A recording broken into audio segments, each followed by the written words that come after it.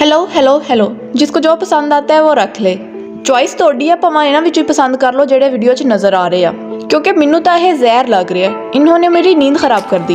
क्या मैं मज़े से सो रही थी, आय हाय एक तरफ से हल्की हल्की सी धूप पड़ रही थी, एक पाँव कंबल से बाहर था और एक अंदर। क्या कॉम्बिनेशन था, बहुत तेज हो रहा है।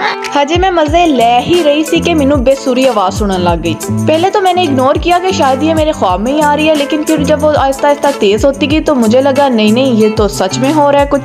मैं उठी, मैं घर तो बाहर आई, देखा तो आह नज़ारा सी। बाहर आनी मेरी गलती सी, इन्होंने मेरे को पैसे मंगे, मैं क्या साडे कोल तो अपने को है नहीं, तो कहंदे फिर इत्थे की कर रहे हैं, साडे नाल आ जाओ। गजब बेइज्जती है। खैर सुबह उठते नाल ही मैं अपनी मिट्टी मिट्टी करा के वापस आई, फिर मेरा दिल कटन लग गया। मैं कहा चलो गन्ना खा लेंदी हूँ। वैसे पिंड दियां भी किन्नियां मौजां ना, बगैर पैसों तो भी तुहानूं किन्ना कुछ खाने नूं मिल जांदा अगर ताल्लुकात अच्छे बनाए हों तो। जे जिलबा तरा रहना फिर कुछ नहीं हुंदा। आ सारा कुछ खाने तो बाद फिर मैं ब्रेकफास्ट किया, जिहदी मैं वीडियो नहीं बना सकी ओहदे लई नहीं कोई माजरत नहीं बनाई तो बस नहीं बनाई। कंट्रोल चलो छड्डो जी तोनू की। फिर मैंने उसको कंपनसेट करने के लिए रशियन सैलेड की वीडियो बना ली।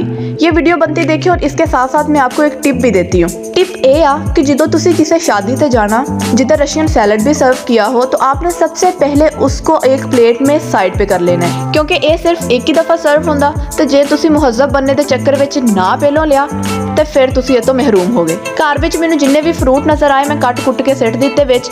फिर विच मैं क्रीम ते मेयोनीज़ भी पाती और फ्रूट कॉकटेल तो था ही वो भी डाल दिया। अच्छा ये नाटा डी कोको का ना नाम मुझे हमेशा भूल जाता है। मैनू ये नाम पता भी बहुत टाइम बाद च लग गया सी, मैं तो पहले इन्हू मुरब्बा ही कहंदी सी। अच्छा वैसे ये लैंग्वेज का कॉम्प्लेक्स ना हमने खुद ही डाला हुआ है। नहीं जब सारी गेम ही कम्युनिकेशन है तो फिर क्या मसला है। मुझे अच्छे से समझ आ जाती है कि जो आंटी एक्सीडेंट कह रही हैं उनका मकसद एक्सीडेंट कहना है, और जो अंकल बस में क्लिंडर कर रहे हैं वो दरअसल कंडक्टर को मुखातिब कर रहे हैं। जो गल ही समझ आ गई फिर की मसला, अपनी इंग्लिश बनाओ। कोई कहता पटाटो, कोई कहता पोटेटो, तुसी पटीटो कह लो। अच्छा पोटीटो से मुझे याद आया कि मेरी मामा ने कहा था आलू दो दो। मैं वो धो रही थी तो मुझे यहाँ पे किसी का दिल मिल गया। मैनू लग रहा कि जेदा हुणा ओहदी गर्लफ्रेंड ने क्या होना कि अज मेरा फ्राइज खाने नू दिल कर रहा ते इहदे कोल पैसे नहीं होने, ये आप ही आलू बन गया ते ओनू छड़ के चल गई।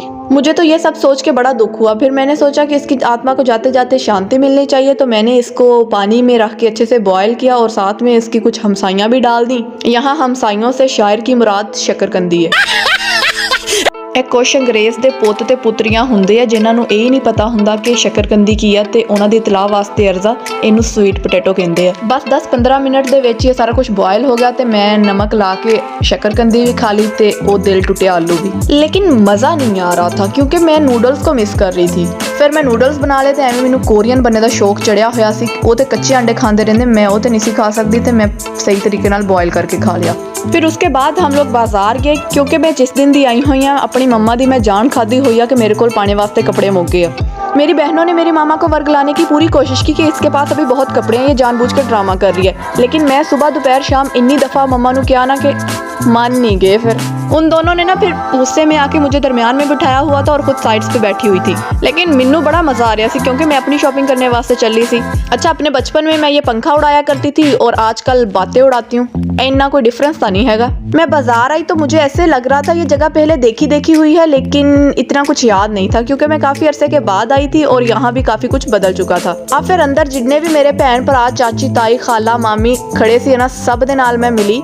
ये सारे भी मैनू मिल के बड़े खुश हुए। जो तक मैं बाहर नहीं आ गई उत्थे ही खड़े रहे। अच्छा लैन ते मैं कपड़े आई सी, लेकिन उस तो ज्यादा इंटरेस्ट मैनू इस सेक्शन च आ गया। ये इन्ने रंग बिरंगियां चीज़ां बड़ियां सोहणियां लग रही सी। एक दफ़ा तो मेरे अंदर लड़कियों वाली एक रूह जागी कि मुझे ये सारा कुछ बड़ा ही अट्रैक्टिव लगा, लेकिन फिर वो साथ ही मर गई। लिए तो मैंने फिर कपड़े ही, और इनको देख के मैंने अपना दिल खुश कर लिया क्योंकि मेरे तो ये किसी काम की नहीं थी।